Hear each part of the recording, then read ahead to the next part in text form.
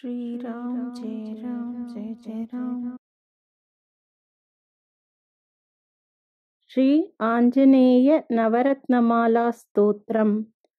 ततो रावणनीतायां सीताया शत्रुकर्षणः ईश पदमन्वेष्टुं चारणाचरिते फति।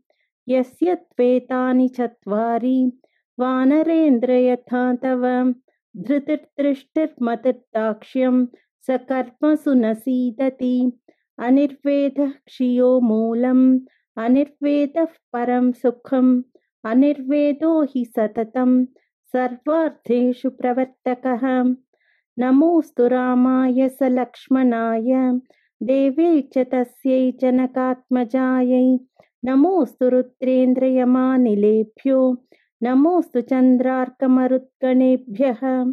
प्रियान्न सम्भवेद्दुःखम् अप्रियादधिकं भयं ताभ्यां हि ये वियुज्यन्ते नमस्तेषां महात्मनाम्। रामः कमलपत्राक्षः सर्वसत्त्वमनोहरः रूपदाक्षिण्यसम्पन्नः प्रसूतो जनकात्मजे। जेत्यतिबलो रामः लक्ष्मणश्च महाबलः राजा जयति सुग्रीवः राघवेणाभिपालितः। दासोऽहं कौसलेन्द्रस्य रामस्य क्लिष्टकर्मणः हनूमान् शत्रुसैन्यानां निहन्ता मारुतात्मजः।